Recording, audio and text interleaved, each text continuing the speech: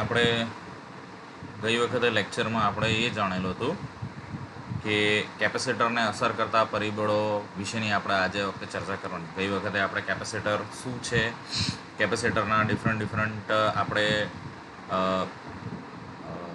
Pieces બધા જોયેલા હતા કે ભાઈ કેપેસિટર કેવું દેખાય છે અને કેપેસિટર કેવી રીતના મેન્યુફેક્ચરિંગ થાય છે, કેવી રીતના તમે બનાવી શકો છો, કોને કેપેસિટર કહેવાય. તો હવે આજના ટોપિકમાં આપણે કેપેસિટરને અસર કરતા પરિબળો. તો ગઈ વખતે આપણે એવું જાણેલું કે ભાઈ કેપેસિટર એટલે શું, તો કે ભાઈ બે કન્ડક્ટિંગ પ્લેટ છે, એની વચ્ચે તમે ઇન્સ્યુલેટિંગ મીડિયમ મૂકો છો તો એ ડિવાઇસ કેપેસિટર બની જાય છે. પછી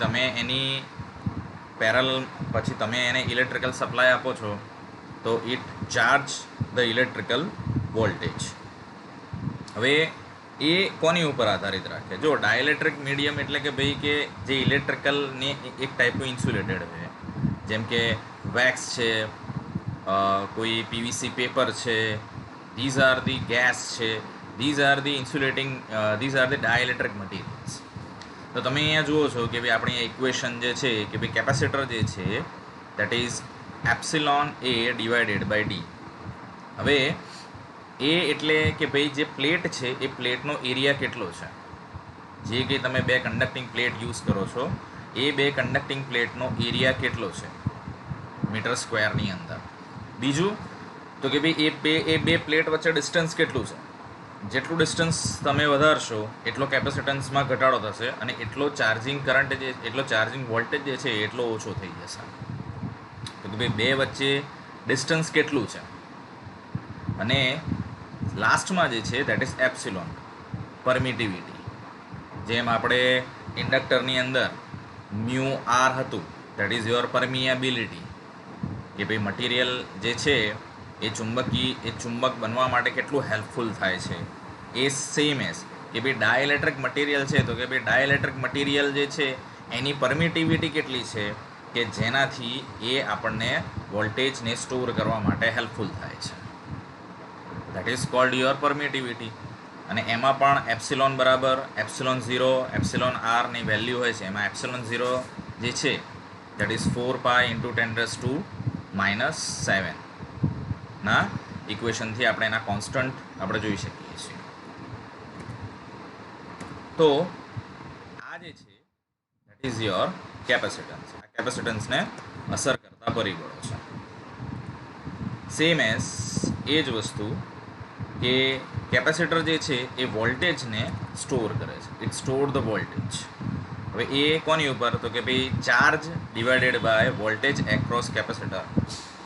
વોલ્ટેજ એક્રોસ કેપેસિટરની એક્રોસમાં તમે કેટલા વોલ્ટેજ આપો છો અને એ કેટલા વોલ્ટેજ ચાર્જ કરે છે, that is C = Q × V. તો આ મુજબ કેપેસિટર જે છે એ કામ કરે છે, એને અસર કરતા પરિબળો છે. હવે કેપેસિટરના કનેક્શન, તો જેમ આપણે ઇન્ડક્ટરને સિરીઝ અને પેરેલલ કનેક્શન જોયેલા હતા એ મુજબ કેપેસિટરના પણ સિરીઝ અને પેરેલલ કનેક્શન હોય છે. હવે તમે જુઓ કે અહીંયા કેપેસિટર જે છે એ સિરીઝમાં છે, પણ એનું સૂત્ર જે છે એ રેજિસ્ટર જ્યારે પેરેલલ રેજિસ્ટર વખતે આપણે જે સૂત્ર યુઝ કરીએ છીએ કે ભાઈ 1/R total = 1/R1 + 1/R2 = 1/R(n). એ પેરેલલમાં યુઝ કરતા હતા, પણ એ જ ઇક્વેશન્સ આરની જગ્યાએ C મૂકો છો, પણ પેટર્ન જે છે એ પેરેલલ રેજિસ્ટર જેવી થઈ જશે. એટલે કે જુઓ કે તમારો કેપેસિટર સિરીઝમાં હોય તો તમારું ઇક્વેશન થશે that is 1/C total = 1/C1 + 1/C2 / 1/C(n). Same as જ્યારે કેપેસિટર પેરેલલમાં છે તો પેરેલલમાં કેપેસિટરમાં શું થશે? જેમ સિરીઝ રેજિસ્ટરમાં આપણે કરતા હતા કે ભાઈ R total = R1 + R2 / R(n). એમ capacitor C total that is C1 + C2 / C(n). તો સિરીઝ કેપેસિટરમાં પેરેલલ રેજિસ્ટરના ઇક્વેશનની પેટર્ન યુઝ કરો અને પેરેલલ કેપેસિટર હોય ત્યાં સિરીઝ કેપેસિટરની પેટર્નવાળું ફોર્મ્યુલા તમે યુઝ કરી શકો છો. તો આ મુજબ જ્યારે કેપેસિટર સિરીઝમાં હોય તો એ દરમિયાન આ પ્રકારનું ઇક્વેશન યુઝ કરવાનું છે. એ જ મુજબ જેમ આપણે ઇન્ડક્ટન્સની વાત કરીએ છીએ એમ કેપેસિટન્સ પણ આ 1/2 ઇન્ટુ 2 પાઈ નથી, આ 1 ડિવાઇડેડ બાય આખું ફૂલ ઇક્વેશન છે, that is 2 pi F C. This is C, not L, that is C. 1/2 pi F C. તો આ મુજબ આપણે કેપેસિટન્સ જે છે એ આપણે શોધી શકીએ છીએ. હવે આપણો એક મહત્ત્વનો ટોપિક જે આની ઉપર આખું આ ચેપ્ટર છે એ ટોપિક આપણે કરીએ કે ભાઈ ટાઈપ્સ ઓફ સેમિકન્ડક્ટર. આપણે જોઈ લીધું કે ભાઈ 3 મટીરિયલ યુઝ થાય છે કે ભાઈ કંડક્ટર, સેમિકન્ડક્ટર અને ઇન્સ્યુલેટર. તો જે ડિવાઇસીસ જે આપણે યુઝ કરીએ છીએ, ઇલેક્ટ્રોનિક ડિવાઇસીસ યુઝ કરીએ જે સેમિકન્ડક્ટરના બનેલા છે, તો એ સેમિકન્ડક્ટર વિશે આપણે ચર્ચા કરીશું. સેમિકન્ડક્ટરના 2 ટાઈપ છે, એક એક્સટ્રેન્સિક સેમિકન્ડક્ટર અને એક ઇન્ટ્રેન્સિક સેમિકન્ડક્ટર. આ બે શું છે આપણે ચર્ચા કરીએ. અને એક્સટ્રેન્સિક સેમિકન્ડક્ટરના પણ બીજા 2 ટાઈપ છે, દેટ ઇઝ પી ટાઈપ અને એન ટાઈપ. હવે એક્સટ્રેન્સિક અને ઇન્ટ્રેન્સિક શું છે એને હું એક સિમ્પલ રીતે સમજાવું છું કે ભાઈ લોખંડ અને સ્ટીલ બંનેનું બેઝ મટીરિયલ સેમ છે, પણ લોખંડ એ કોઈ એક જ ધાતુ છે, પણ સ્ટીલ જે છે એમાં લોખંડની અંદર તમે બીજી કોઈ મટીરિયલ એડ કરીને તમે એલોય કરો છો. તો intrinsic it is a pure semiconductor કે ભાઈ સિલિકોન એટલે સિલિકોન જ, બીજું કોઈ મટીરિયલ અંદર એડ નથી કરતા. પણ એક્સટ્રેન્સિક એટલે શું કે ભાઈ સેમિકન્ડક્ટરની જોડે તમે બીજી કોઈ ઇમ્પ્યુરિટી એડ કરીને તમે એક નવો ડિવાઇસ બનાવો છો, દેટ ઇઝ કોલ્ડ એક્સટ્રેન્સિક. તો સેમિકન્ડક્ટરમાં પ્યોર સેમિકન્ડક્ટર ઇન્ટ્રેન્સિક, અને સેમિકન્ડક્ટરની જોડે તમે બીજી ઇમ્પ્યુરિટી એડ કરીને જે ડિવાઇસ બનાવો છો ધેટ ઇઝ કોલ્ડ એક્સટ્રેન્સિક. અને એના 2 ટાઈપ છે, that is P type material અને એન ટાઈપ મટીરિયલ. એમ ઘણી બધી ઇમ્પ્યુરિટી આવે છે, પણ એ ઇમ્પ્યુરિટીને જો આપણે બાયફર્કેટ કરીએ છીએ તો કે ભાઈ એક ઇમ્પ્યુરિટી એવી કે જેમાં ઇલેક્ટ્રોનની સંખ્યા ઓછી હોય અને એક ઇમ્પ્યુરિટી એવી કે જેમાં ઇલેક્ટ્રોનની સંખ્યા વધારે છે. તો આપણે પી ટાઈપ મટીરિયલ અને એન ટાઈપ મટીરિયલ વિશે આપણે ચર્ચા કરીએ. તો અહીંયા આપણે એક સ્લાઇડમાં સમજીએ કે પી ટાઈપ મટીરિયલ શું છે. તમે જોઈ શકો છો કે પી ટાઈપ મટીરિયલમાં આ જે છે ખાલી જગ્યા, that is called a hole, અને એક્ઝેક્ટ આની જોડે જે સફેદ કલરનો જે તમને પોઈન્ટ દેખાય છે that is your indicated, that is cold electron. બરાબર છે. અને એ જ મુજબ એનમાં તમે જુઓ કે એમાં હોલ એટલે કે જગ્યાની સંખ્યા ઓછી છે અને ડોટ જે છે that is your electron, indication. તો પી ટાઈપ મટીરિયલ એટલે કેવું મટીરિયલ કે ભાઈ જેમાં મેજોરિટી કેરિયર ચાર્જ હોલ છે અને માઇનોરિટી કેરિયર ચાર્જ ઇલેક્ટ્રોન છે. આમાં હોલની સંખ્યા વધારે છે અને ઇલેક્ટ્રોનની સંખ્યા એક જ છે. Hall means what? હોલ એટલે કંઈ સેમિકન્ડક્ટરમાં હોલ નથી પાડેલા હોતા, અથવા હોલ કોઈ આગળ પાછળ જતા નથી. હોલ એટલે ભાઈ કેવી જગ્યા, આ ખાલી જગ્યા છે. તો આ ખાલી જગ્યામાં તમે કંઈક મૂકી શકો છો, જેમ કે ખુરશીઓ છે. ઘણી બધી જગ્યાએ ખુરશીઓ ખાલી હોય તો ખુરશી સામે ચાલીને નથી આવતી, વ્યક્તિએ સામે ચાલી, જગ્યા ખાલી છે તો એ જગ્યામાં તમે કંઈક મૂકી શકો છો. તો this is your P type semiconductor. ભાઈ પી ટાઈપ સેમિકન્ડક્ટર કેવા? તો કે ભાઈ એમાં હોલની સંખ્યા વધારે હોય પણ ઇલેક્ટ્રોનની સંખ્યા ઓછી હોય, માઇનોરિટી કેરિયર ચાર્જ તરીકે ઇલેક્ટ્રોન. એ જ રીતના એન મટીરિયલમાં તમે જુઓ કે હોલ એટલે કે જગ્યા એકદમ ઓછી હોય, એક જ હોય. ગણતરી સાથે ના કે એક જ હોય, પણ આમાં ઇન્ડિકેટ કરેલું છે કે ભાઈ માઇનોરિટી કેરિયર ચાર્જ તરીકે હોલ છે, એટલે કે જગ્યા એક જ નાનકડી જ છે, પણ આમાં ઇલેક્ટ્રોનની સંખ્યા વધારે છે. બરાબર છે, આમાં ઇલેક્ટ્રોનની સંખ્યા વધારે છે. હવે શું થાય કે દાખલા તરીકે હું પી ટાઈપ સેમિકન્ડક્ટરમાં જગ્યાઓ ખાલી છે, તો it accept the charge, it can accept the electron. બરાબર, ઇલેક્ટ્રોનનો સપોઝ કે આપણે ઇલેક્ટ્રિસિટી આપણે આપીએ છીએ તો ઇલેક્ટ્રોન અહીંથી આ બાજુની સાઈડ ઇઝીલી જઈ શકશે. તો એ હોલ ઉપર જઈ શકશે કે ભાઈ આ ઇલેક્ટ્રોન અહીંયા ગયો, અહીંયાથી અહીંયા ગયો, કારણ કે જગ્યા છે એટલે ઇઝીલી ઇલેક્ટ્રોન અહીંયા પાસ થઈ શકશે. તો it gives the path to flow the electron. That is why it is called the acceptor ion. Acceptor એટલે it accept the ion, કારણ કે અહીંયા જગ્યા છે તો it is easily to accept the ion. જ્યારે n ટાઈપ મટીરિયલ છે it is called a donor type. Donor એટલે ભાઈ કે ઇલેક્ટ્રોન અહીંથી આ બાજુની સાઈડ જાય છે, ઇલેક્ટ્રોન ઇઝીલી તમે અહીંથી આ બાજુ સાઈડ જઈ શકે છે. તો જે ડોનર આયન છે ધેટ ઇઝ આ મટીરિયલ ડોનર છે, that is why it is a positive charge ion, અને આ એક્સેપ્ટર છે that is why it is called a negative charge ion. તો આ પી ટાઈપ મટીરિયલ અને એન ટાઈપ મટીરિયલની આ એક બે વચ્ચે ડિફરન્સીસ છે. એક્ઝેક્ટ આને આપણે બીજી રીતના જોઈએ તો તમે જોઈ શકો છો કે આમાં હોલ જે છે પી ટાઈપ મટીરિયલમાં હોલની સંખ્યા વધારે છે, જ્યારે આમાં ફ્રી ઇલેક્ટ્રોનની સંખ્યા વધારે છે. That is why this is the donor ion and this is acceptor. હવે આપણે દરેક મટીરિયલને આપણે ઇલેક્ટ્રિકલ સપ્લાય આપણે આપીએ છીએ તો શું થાય છે આપણે એ જોઈએ છે. તમે જોઈ શકો છો કે પી ટાઈપ મટીરિયલ જે છે, પી ટાઈપ મટીરિયલને હું ઇલેક્ટ્રિકલ સપ્લાય આપણે આપું છું.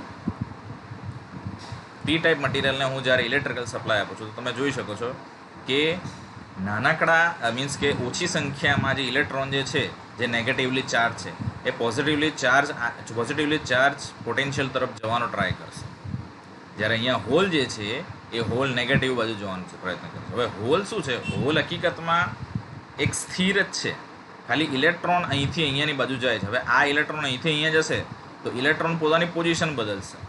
હવે આ ઇલેક્ટ્રોન અહીંથી અહીંયા આવી ગયો તો અહીંયા શું રહેશે? કશું નહીં. તો ધેટ ઇઝ યોર હોલ. તો હું એમ કહી શકું કે ભાઈ હોલ આ બાજુની સાઈડ ઉત્પન્ન થાય છે અને ઇલેક્ટ્રોન આ બાજુની સાઈડ ફ્લો થાય છે. તો તમે જોઈ શકો છો કે આમાં ડિરેક્શન ઓફ કરંટ જે છે એ કરંટની ડિરેક્શન આ મુજબ હશે, અને આમાં માઇનોરિટી કેરિયર ચાર્જ તરીકે ઇલેક્ટ્રોન છે તો આમાં સ્મોલ એમાઉન્ટ ઓફ કરંટ તમે ઇઝીલી ફ્લો કરી શકો છો. સ્મોલ એમાઉન્ટ ઓફ કરંટ તમે આમાં ફ્લો થઈ શકે છે. This is your P type material. Same as N type material છે તો એન ટાઈપ મટીરિયલને પણ તમે ઇલેક્ટ્રિકલ સપ્લાય આપણે આપો છો તો તમે જોઈ શકો છો કે એન ટાઈપ મટીરિયલમાં બી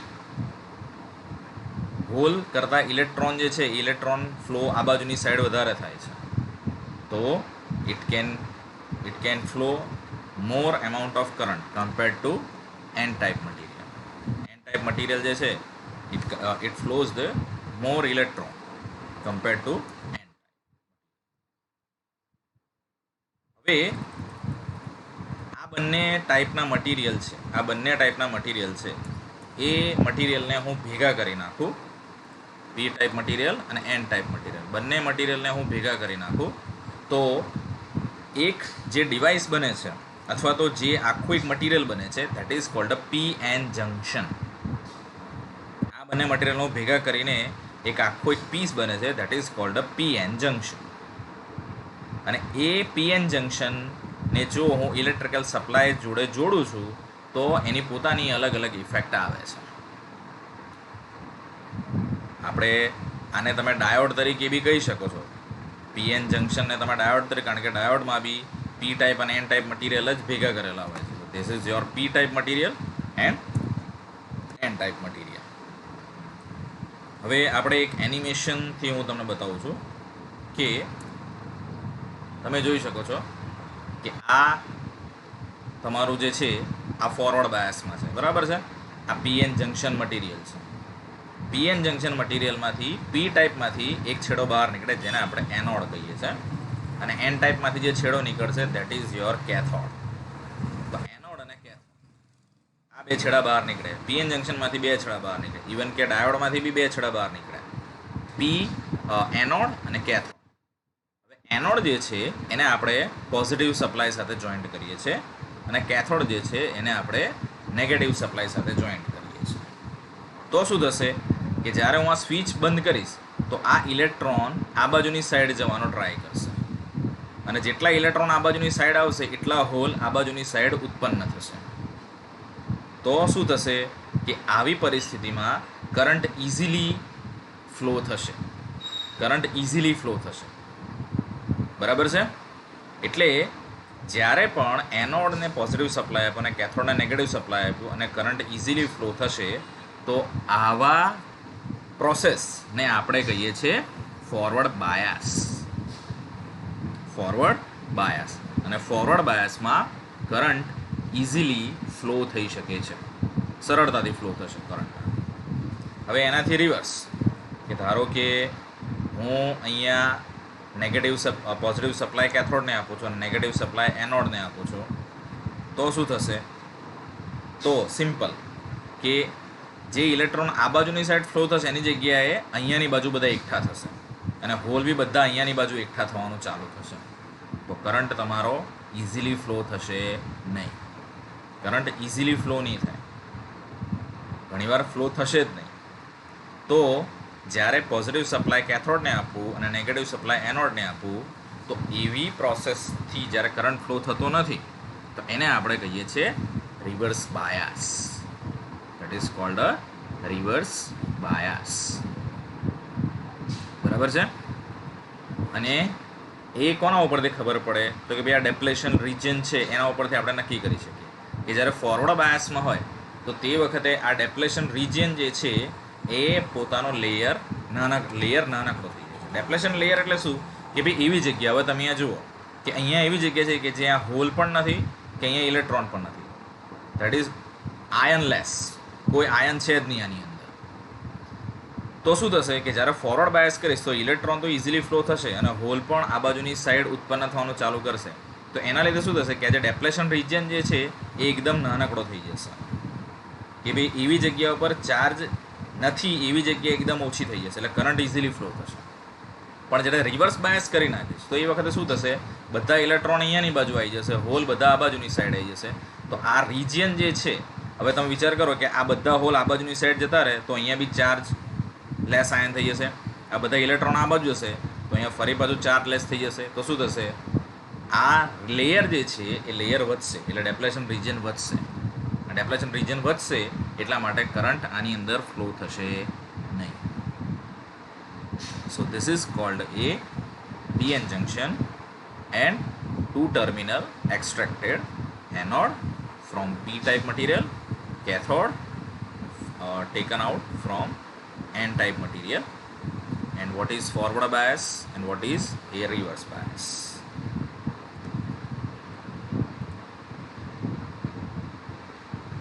એ જ મુજબ સેમિકન્ડક્ટર મટીરિયલ છે, તો આપણે સેમિકન્ડક્ટર વિશે હવે આપણે ભણવાનું છે, તો એમાં ટાઈપ્સ બી આપણે જાણવું જરૂરી છે કે ભાઈ કયા ટાઈપ્સના સેમિકન્ડક્ટર હકીકતમાં એક્ઝિસ્ટ છે. તો 2 ટર્મિનલ ડિવાઇસ અને 3 ટર્મિનલ ડિવાઇસ હોય.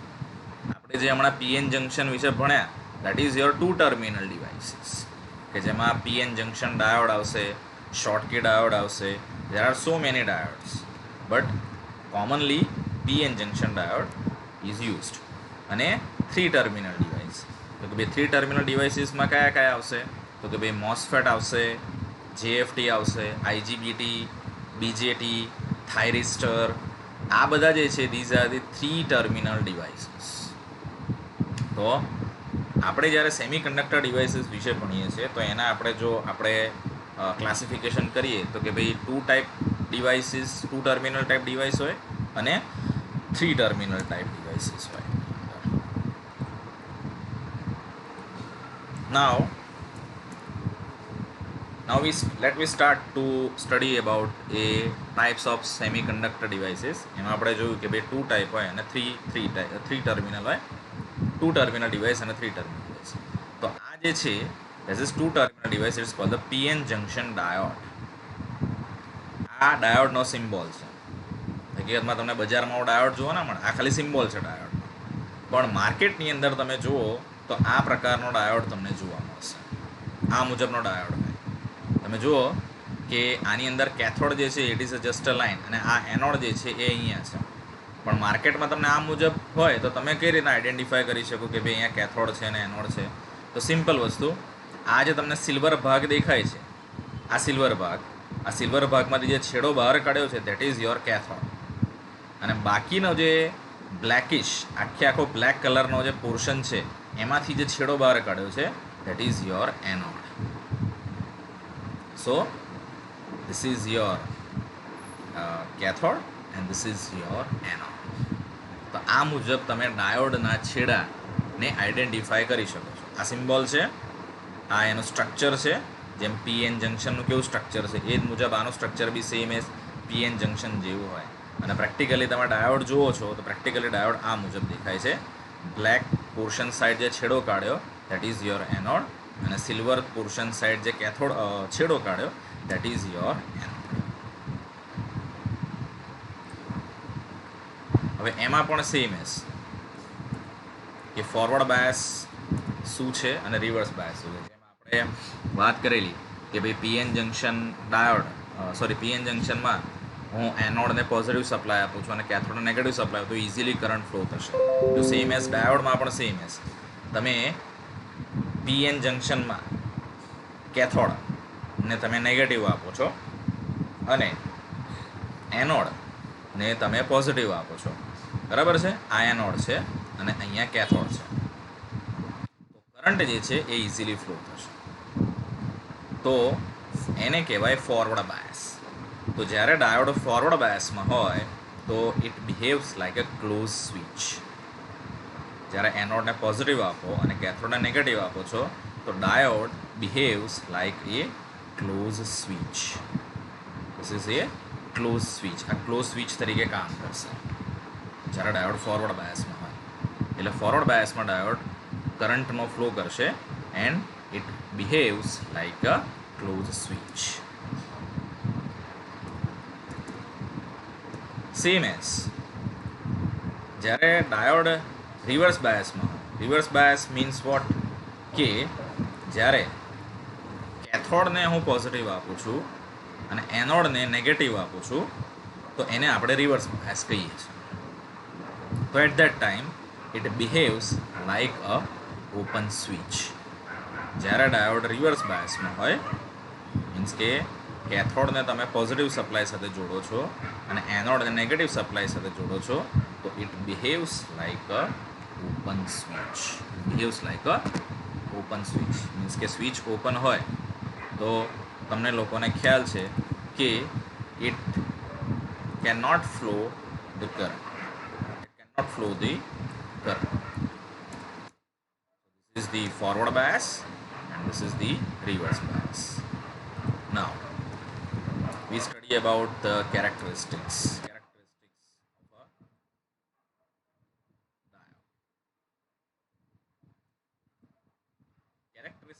diode. Characteristics ભણવાથી શું ફાયદો થાય?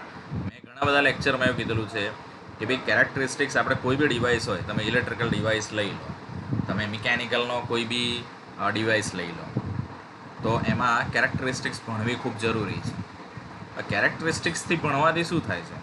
તો કેરેક્ટરિસ્ટિક્સથી મને ખબર પડે છે કે ડાયોડ જે છે એ મને કઈ પર્ટિક્યુલર એપ્લિકેશન માટે ઉપયોગી થશે. એની કેરેક્ટરિસ્ટિક્સ ઉપરથી મને ખબર પડે કે ભાઈ જે તે સેમિકન્ડક્ટર અથવા તો જે તે ડિવાઇસને હું કઈ જગ્યાએ એપ્લિકેબલ કરું, જેનાથી હું એની યુટિલિટી હું મેક્સિમમ કરી શકું અથવા I can utilize its maximum powers. તો આ ડાયોડની કેરેક્ટરિસ્ટિક છે. આ પોર્શન જે છે that is your forward bias અને આ પોર્શન જે છે that is the reverse bias. તો જ્યારે ડાયોડ ફોરવર્ડ બાયસમાં હોય છે મીન્સ કે એનોડ પોઝિટિવ અને કેથોડ નેગેટિવ, તો એ દરમિયાન શું થાય છે કે અમુક ટાઈમ સુધી વોલ્ટેજ અને કરંટમાં કે એટલો બધો વધારો જોવા નથી મળતો. But after sum voltage 0.3 either 0.3 or either 0.7 કેવા પ્રકારનો ડાયોડ છે એની ઉપર આધાર થાય કે આફ્ટર ધીસ ની point the current will B increase linearly. બરાબર, આ કરંટ જે છે એ કરંટ લિનિયરલી ઇન્ક્રીઝ થશે. વોલ્ટેજ તો સેમ ટુ સેમ જ રહેશે, વોલ્ટેજ તો એઝ ઇટ ઇઝ જ રહેશે, but current will increase is linearly. Current linearly increase થાય છે, જેને આપણે કહીએ છીએ ફોરવર્ડ બાયસ. હવે જો જર્મેનિયમથી બનેલો ડાયોડ હોય, જર્મેનિયમ મટીરિયલથી તમે ડાયોડ બનાવો છો, તો આફ્ટર 0.3 પછી કરંટ જે છે એ લિનિયરલી ઇન્ક્રીઝ થશે. અને જો સિલિકોનથી બનેલો હોય તો after 0.7 current will increase linearly. એટલે કે જ્યારે જર્મેનિયમનો હશે તો 0.3 વોલ્ટ આપીશ એની પહેલાં કરંટ ફ્લો થશે જ નહીં, પણ 0.3 કરતાં સહેજ વોલ્ટેજ જ્યારે વધશે અથવા 0.3 વોલ્ટેજ થઈ જશે તો એ ડાયોડમાંથી કરંટ લિનિયરલી ઇન્ક્રીઝ થશે. લિનિયરલી એટલે સ્ટેપ બાય સ્ટેપ એમાં વધારો થતો જશે. વોલ્ટેજ તો એમને એમ જ રહેશે, વોલ્ટેજ તો સેમ જ રહેશે, પણ એની સામે સાપેક્ષમાં કરંટ જે છે એ લિનિયરલી ઇન્ક્રીઝ થાય છે. So this is called a forward bias characteristics of a diode. હવે આપણે એની રિવર્સ બાયસ એટલે તમને ખબર છે કે રિવર્સ બાયસ માઇટ બિહેવ્સ લાઈક અ ઓપન સ્વિચ, એટલે કે એમાં કરંટ ફ્લો થશે નહીં. તો તમે જોઈ શકો છો કે એમાં હું જેમ જેમ રિવર્સ વોલ્ટેજ વધારતો જઈશ એમ કરંટ પણ ફ્લો થશે નહીં. But after some time the negative current will be flow. તો આ જે પોર્શન, આની પહેલાંનો જે પોર્શન જે છે એને આપણે કહીએ છીએ રિવર્સ બ્રેકડાઉન વોલ્ટેજ. મીન્સ કે આટલા વોલ્ટેજ પહેલાં કોઈ પણ પ્રકારનો કરંટ ફ્લો થશે નહીં, નેગેટિવ કરંટ ફ્લો થશે નહીં. But after some time it will be breaks the region and current will be flow, but it is in negative side. આપણે એમ બી કહી શકીએ કે આને રિવર્સ વોલ્ટેજ કહેવાય. મીન્સ કે આટલે સુધી એ કરંટને રોકી શકશે, but after some time the current will be flow negatively.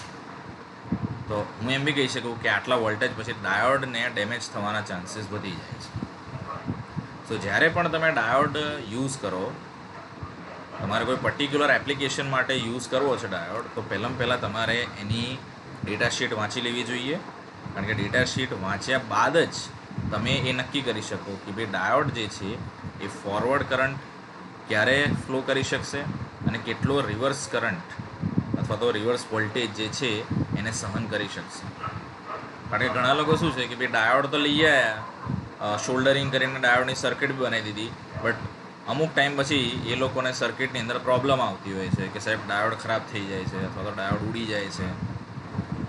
તો એનું મેઇન રીઝન શું છે કે વિધાઉટ ડેટા શીટ વાંચ્યા વગર તમે કોઈ બી સેમિકન્ડક્ટરને એપ્લિકેશનમાં યુઝ કરશો, વિધાઉટ ડેટા શીટ વાંચ્યા વગર તમે તમારી મરજી મુજબ જે તે સેમિકન્ડક્ટર યુઝ કરી દીધો જે તે એપ્લિકેશનમાં, અને તમને ખ્યાલ નથી કે ભાઈ આમાં ઇનપુટમાં કેટલો કરંટ આવે છે, આઉટપુટમાં મને કેટલો કરંટ મળે છે જે મેં ડિઝાઇન કર્યું છે, અને વિધાઉટ ડેટા શીટ વાંચ્યા વગર તમે કરો તો ડેફિનેટલી તમારો સેમિકન્ડક્ટર જે છે, સેમિકન્ડક્ટર ડિવાઇસ જે છે એ ડેમેજ 100% થઈ જવાનો છે.